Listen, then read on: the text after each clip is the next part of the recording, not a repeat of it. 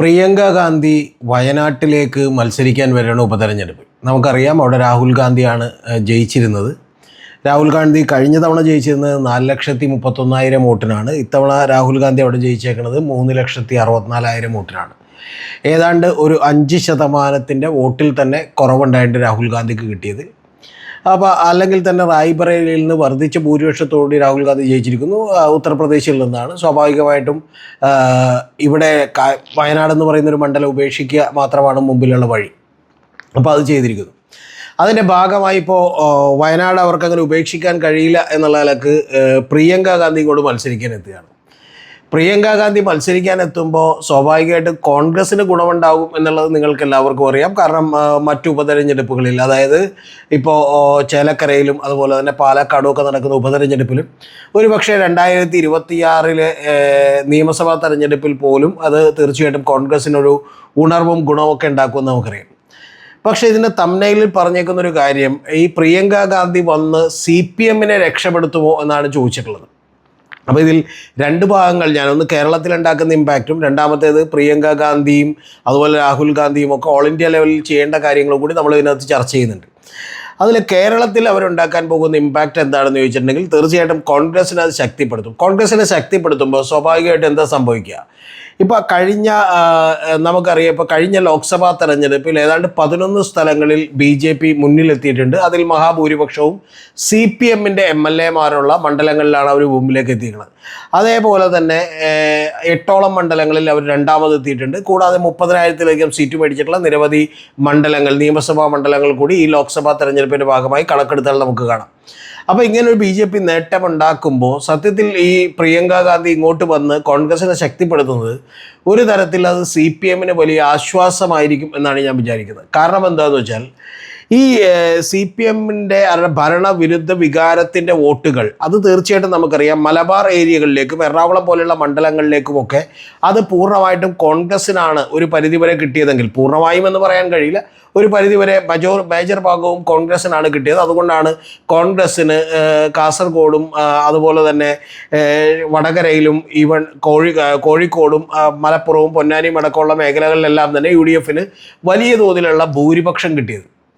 പക്ഷേ ആലപ്പുഴ മുതൽ അങ്ങോട്ടുള്ള മണ്ഡലങ്ങൾ എടുത്തു വെച്ചാൽ, ഇടുക്കി ഒഴികെയുള്ള ബാക്കിയുള്ള മണ്ഡലങ്ങൾ എടുത്തു വെച്ചാൽ നമുക്കറിയാം ആലപ്പുഴയിലും അതുപോലെ തന്നെ തിരുവനന്തപുരത്തും, പിന്നീട് തിരുവനന്തപുരത്ത് നേരത്തെ തന്നെ BJPക്ക് നല്ല വോട്ട് ബേസ് ഉള്ളൊരു മണ്ഡലമാണ്. പക്ഷേ ആറ്റിങ്ങലിലും പോലെയുള്ള പല മണ്ഡലങ്ങളിലും തന്നെ ഈ വോട്ട്, അതായത് ഭരണവിരുദ്ധ വികാരത്തിൻ്റെ വോട്ടുകൾ സ്പ്ലിറ്റായി BJPയിലേക്ക് കൂടി പോയിരുന്നു.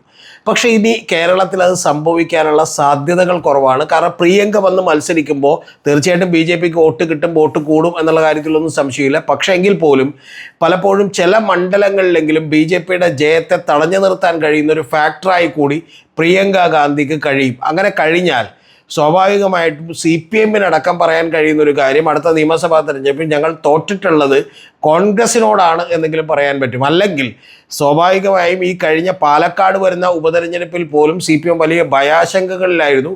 കാരണം അങ്ങനെ ഒരു മത്സരം ഉണ്ടായില്ലെങ്കിൽ, പ്രിയങ്ക ഗാന്ധി വന്നില്ലായിരുന്നുവെങ്കിൽ ഒരുപക്ഷെ പാലക്കാട് പോലും BJP ഈസിലി നേടാവുന്ന ഒരവസ്ഥയിലേക്ക് എത്തിയേനെ. ഇപ്പോഴും നമുക്കതിനെ പൂർണ്ണമായും തള്ളിക്കളയാൻ കഴിയില്ല. പക്ഷേ എങ്കിലും പ്രിയങ്ക ഗാന്ധിയുടെ വരവ് ഒരു വലിയ ചലനവും വലിയ അനുകൂലമായ തരംഗവും കോൺഗ്രസിനുണ്ടാക്കും. അത് ഞാൻ ഈ പറഞ്ഞ ലെവലിൽ CPM കൂടി ഞങ്ങൾ തോറ്റത് കോൺഗ്രസിനോടാണ് എന്നും പിന്നീട് കോൺഗ്രസിലേക്ക് പോയ വോട്ട് ബാങ്കുകൾ തിരിച്ചു വന്നോളും എന്ന് പറയുന്ന ഒരു ആശ്വാസമെങ്കിലും CPM ഉണ്ടാകും. അതാണ് ഈ തംബ്നെയിൽ കൊടുത്തിട്ടുള്ളത്. രണ്ടാമത് പ്രധാനപ്പെട്ടൊരു കാര്യം കൂടിയുള്ളത്, പ്രിയങ്ക ഗാന്ധിയെ പലപ്പോഴും രാഹുൽ ഗാന്ധിയേക്കാളോ സോണിയ ഗാന്ധിയേക്കാളോ ഒക്കെ ആളുകൾക്ക് ഇഷ്ടമാണ്. പ്രത്യേകിച്ചും കേരളത്തിലെ സ്ത്രീജനങ്ങൾക്കും കോൺഗ്രസ് പ്രവർത്തകർക്കും ഒക്കെ തന്നെ വലിയൊരു ആവേശവും വികാരവുമാണ്. എന്തുകൊണ്ടാണെന്ന് വെച്ചാൽ നമുക്കറിയാം, ഇപ്പോൾ രാജ് താക്കറെ എന്ന് പറയുന്ന ഒരാൾ മഹാരാഷ്ട്ര രാഷ്ട്രീയത്തിലേക്ക് വന്നപ്പോൾ അദ്ദേഹത്തിന് പെട്ടെന്ന് തന്നെ അനുയായികളെ കിട്ടാൻ കാരണമായി. കാരണം അത് ബാൽ താക്കറെയുടെയൊക്കെ ഒരു ശരീരഭാഷ അയാൾക്കുണ്ട് എന്നുള്ളത് കൊണ്ടാണ്. പക്ഷേ ബാൽ താക്കറേക്കാളൊക്കെ അതീവ വലിയ ഒരു നേതാവാണ് നമുക്കറിയാം ഇന്ദിരാഗാന്ധി എന്ന് പറയുന്നത്. ഈ ഇന്ദിരാഗാന്ധിയുടെ സ്വഭാവ സവിശേഷതകളും അവരുടെ ഏതാണ്ട് അവരുടേതായിട്ടുള്ളൊരു മാനറിസംസും ബോഡി ലാംഗ്വേജും മുഖത്തിൻ്റെ സാദൃശ്യവും ഒക്കെ ജനങ്ങൾ നേരത്തെ നേരത്തെ തന്നെ മുൻകൂട്ടി കണ്ടിട്ടുള്ളതാണ്. പലപ്പോഴും രാഹുൽ ഗാന്ധിയേക്കാൾ വളരെ ഭംഗിയായി സംസാരിക്കാനും പ്രസംഗിക്കാനും ആളുകളിലേക്ക് കൺവിൻസ് ചെയ്യാനും ഒക്കെ കഴിയുന്ന ഒരാളാണ് പ്രിയങ്ക ഗാന്ധി. അതുകൊണ്ട് തന്നെ അതിൻ്റെ നേട്ടം തീർച്ചയായിട്ടും ഉണ്ടാകും. ഇതിനിടയിൽ നമുക്കറിയാം സുരേഷ് ഗോപി കൂടി കോൺഗ്രസിനെ ഒന്ന് സഹായിച്ചിട്ടുണ്ട്. അത് ഇന്ദിരാഗാന്ധി എന്ന് പറയുന്നത് വലിയ വികസനങ്ങൾ കൊണ്ടുവന്ന ഒരാളാണെന്നും ഭാരത മാതാവാണെന്നും ഒക്കെയുള്ള ചില വിടുവ പറഞ്ഞതുകൊണ്ടിട്ട്, അല്ലെങ്കിൽ ഇന്ദിരാഗാന്ധിയെ കൂടി വേണമെങ്കിൽ തങ്ങളുടെ ഭാഗത്തേക്ക് ഏറ്റെടുക്കാനുള്ള പരിപാടി കൊണ്ടായിരിക്കും. പക്ഷേ ഇങ്ങനെ പറഞ്ഞിട്ടുള്ളതുകൊണ്ട് അവരുടെ ഏതാണ്ട് രൂപഭാവഹാദികളുള്ള പ്രിയങ്ക ഗാന്ധി വന്ന് മത്സരിക്കുന്നത് തീർച്ചയായിട്ടും ഈ പറയുന്ന BJPയിലേക്ക് പോകാമായിരുന്ന കുറേ വോട്ടുകളെങ്കിലും, CPM-ൽ നിന്ന് പോകാമായിരുന്ന വോട്ടുകളെങ്കിലും കോൺഗ്രസിലേക്ക് കൊണ്ടുപോകും എന്ന കാര്യത്തിലൊരു സംശയമില്ല. പ്രിയങ്ക ഗാന്ധിയുടെ കാര്യത്തിൽ നേരത്തെ തന്നെ ചില അബദ്ധങ്ങൾ കോൺഗ്രസ് കാണിച്ചിട്ടുണ്ട്. നേരത്തെ തന്നെ ഉപയോഗപ്പെടുത്തേണ്ട ഒരു നേതാവായിരുന്നു അവർ. കാരണം പ്രശാന്ത് കിഷോർ കഴിഞ്ഞ തവണ ഉത്തർപ്രദേശിലേക്കുള്ള നിയമസഭാ തെരഞ്ഞെടുപ്പിൽ പ്രിയങ്ക ഗാന്ധിയെ മുഖ്യമന്ത്രിയാക്കിക്കൊണ്ട് അവിടെ പ്രചാരണം നടത്തണമെന്ന് നിർദ്ദേശിച്ചിരുന്നു. കോൺഗ്രസ് അത് സമ്മതിക്കുകയും ചെയ്തിരുന്നു. പക്ഷേ ഏതാണ്ടൊരു പകുതിയോളം വന്ന ഘട്ടത്തിൽ അതിൽ നിന്ന് കോൺഗ്രസ് പിന്നോക്കം പോവുകയാണ് ഉണ്ടായിട്ടുള്ളത്. കഴിഞ്ഞ തവണയുള്ള നിയമസഭാ തെരഞ്ഞെടുപ്പ് ഞാൻ കൃത്യമായി പ്രവചിച്ചതാണ്. അന്ന് 5% വോട്ട് പോലും കോൺഗ്രസിന് കിട്ടില്ല എന്ന് ഞാൻ പറഞ്ഞു. കൃത്യമായി ഏതാണ്ട് 3-3.5% വോട്ടാണ് അവർക്ക് കിട്ടിയത്.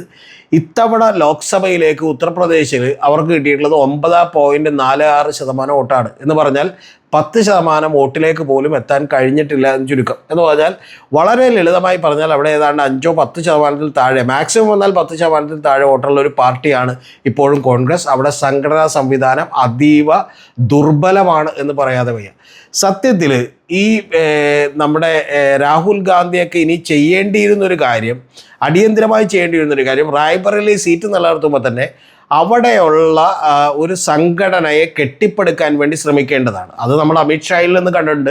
അമിത്ഷായൊക്കെ അവിടെ ഉത്തർപ്രദേശ് പിടിക്കുന്നത് എങ്ങനെയാണെന്നുള്ള ചരിത്രം മുഴുവൻ ഞാൻ വിശദീകരിക്കുന്നില്ല. ഏതാണ്ട് 1.5 ലക്ഷത്തോളം വരുന്ന യൂണിറ്റുകൾ അവിടെ വളരെ കഷ്ടപ്പെട്ട് നടന്ന് ഉണ്ടാക്കുകയും അതിൻ്റെ പുറത്ത് ആ സംഘടന ബിൽഡ് ചെയ്യുകയൊക്കെയാണ് ചെയ്തത്. സത്യത്തിൽ കോൺഗ്രസിന് അത്രയും ബുദ്ധിമുട്ടില്ല. കാരണം ഇപ്പോൾ നമുക്കറിയാം പല സ്ഥലങ്ങളിൽ, വാരണാസി എന്ന് പറയുന്ന സ്ഥലത്തടക്കം പല സ്ഥലങ്ങളിലുമടക്കം കോൺഗ്രസിൻ്റെ ഒരു വളർച്ച അവിടെ കാണിച്ചിട്ടുണ്ട്. അല്ലെങ്കിൽ സമാജ്വാദി പാർട്ടിയുമായി ചേർന്നുകൊണ്ട് തന്നെ കുറേ കൂടി മുന്നോട്ട് പോകാൻ കോൺഗ്രസിന് കഴിഞ്ഞിട്ടുണ്ട്. കഴിഞ്ഞ ദിവസം തന്നെ രാഹുൽ ഗാന്ധി പറഞ്ഞത് വാരണാസിയിൽ പ്രിയങ്ക ഗാന്ധിയാണ് മത്സരിച്ചിരുന്നതെങ്കിൽ ഒരുപക്ഷെ പ്രിയങ്ക ഗാന്ധി ജയിക്കുമായിരുന്നു എന്നൊരു ആത്മവിശ്വാസവും കൂടി രാഹുൽ ഗാന്ധി പ്രകടിപ്പിച്ചിട്ടുണ്ട്. ഞാൻ രാഹുൽ ഗാന്ധിയോടും പ്രിയങ്ക ഗാന്ധിയോടും ഒക്കെ പറയാനുള്ളത്, തീർച്ചയായിട്ടും ഇപ്പോൾ വയനാട് മത്സരിക്കുന്നു എന്നുള്ളത് കൊണ്ട് നമുക്ക് വേണ്ടാന്ന് പറയുന്നില്ല. പക്ഷേ എങ്കിൽ പോലും സത്യത്തിൽ പ്രിയങ്ക ഗാന്ധിയും രാഹുൽ ഗാന്ധിയും ഒക്കെ ചെയ്യേണ്ടത് ഉത്തർപ്രദേശിലെ സംഘടനാ സംവിധാനത്തെ ശക്തിപ്പെടുത്തുന്ന പണികളിൽ ഏർപ്പെടുകയാണ് ചെയ്യേണ്ടത്. കാരണം ഇനിയിപ്പോൾ നമുക്കറിയാം മണ്ഡല പുനർനിർണയം കൂടി ഇന്ത്യയിൽ വരാൻ പോവുകയാണ്. അങ്ങനെ മണ്ഡല പുനർനിർണയമൊക്കെ വരുമ്പോൾ സത്യത്തിൽ കേരളത്തിലുള്ള MP-മാരുടെ നമ്പർ ഒരുപക്ഷെ കുറഞ്ഞേക്കാം. പക്ഷേ നമ്പറുകൾ വളരെ കൂടാൻ പോകുന്ന ഒരു പ്രദേശമെന്ന് പറയുന്ന ഉത്തരേന്ത്യയാണ്. അതിൽ തന്നെ ഉത്തർപ്രദേശ് ഏറ്റവും പ്രധാനപ്പെട്ട ഒരു ഏരിയയാണ്. ആ ഉത്തർപ്രദേശിൽ വലിയ സ്വാധീന ശക്തിയാവുക എന്നുള്ളതാണ് ഇനിയും ഇപ്പോൾ 99 സീറ്റിൽ നിന്ന് വീണ്ടും മെച്ചപ്പെടുത്തണമെങ്കിൽ കോൺഗ്രസ് ചെയ്യേണ്ട ഒരു കാര്യം. ഇത്തവണ കോൺഗ്രസിന് 6 സീറ്റുണ്ട്. പക്ഷേ 6 സീറ്റ് ഞാൻ വിചാരിക്കുന്നു അത് തീർച്ചയായിട്ടും സമാജ്വാദി പാർട്ടിയുടെ ഒരു കാരുണ്യത്തിൽ കൂടി കിട്ടിയ സീറ്റുകളാണ്. ആന്ധ്രാപ്രദേശിൽ BJPക്ക് കിട്ടിയതുപോലെ തന്നെ ആന്ധ്രാപ്രദേശിൽ BJP ഒരു ശക്തിയൊന്നുമല്ല, വെറും 1% താഴെ മാത്രമേ അവർക്ക് വോട്ട് ഷെയർ ഉള്ളൂ. ഇവിടെ എന്ന് പറഞ്ഞാൽ 0.9% വോട്ട് ഷെയർ ഉള്ള ഒരു പാർട്ടിയാണ്. പക്ഷേ അവർക്ക് അവിടെ MP സീറ്റുകൾ ഒരുപാട് കിട്ടി. കിട്ടിയതിൻ്റെ കാരണം, അതിൻ്റെ പ്രധാനപ്പെട്ട കാരണം നമുക്കറിയാം തെലുങ്ക് ദേശം പാർട്ടിയുമായി കൂട്ടിച്ചേർന്ന് നിന്നതുകൊണ്ടാണ്. അപ്പോൾ കോൺഗ്രസ് തനിച്ച് നിന്ന് വളരാനാണ് ശ്രമിക്കേണ്ടത്. ആ വളർച്ചയുടെ ഘട്ടത്തിൽ തീർച്ചയായിട്ടും ഇവിടെ ഒരു നാഴികക്കല്ലായിരിക്കും പ്രിയങ്ക ഗാന്ധി മത്സരിക്കുന്നത്. കോൺഗ്രസിൽ അടുത്ത തവണ 2026 തിരിച്ചു വരാൻ അത് സഹായിക്കും.